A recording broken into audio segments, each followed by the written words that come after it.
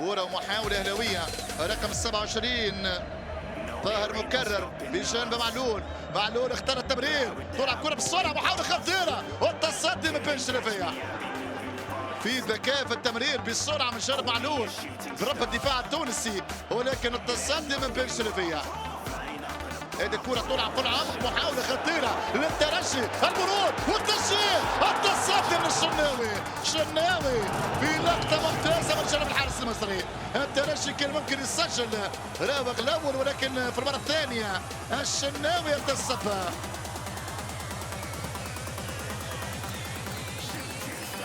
بن رمضان يلعب كرة مناطق الأهلي رأسية عند الشناوي، كرة كوليبالي أوقفها الشناوي.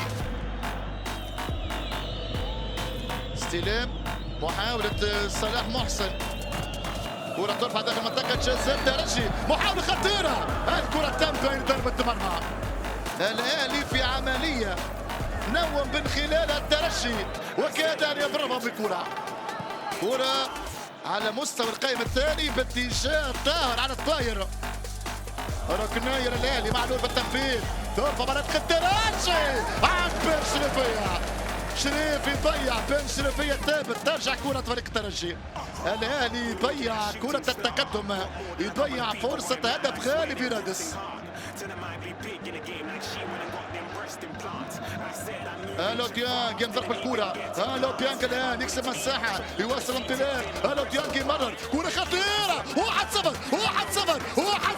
شريف يسجل، الاهلي يتقدم 1-0. اسبقية للمرد الاهلاوي على طريقة البلياردو، لن اقول اسألوا العزيز جوجل والداهية الفيسبوك، بل سأقول الويكيبيديا يا مارد، شاهدة على أرقامك، شاهدة على سوالاتك، شاهدة على أهدافك.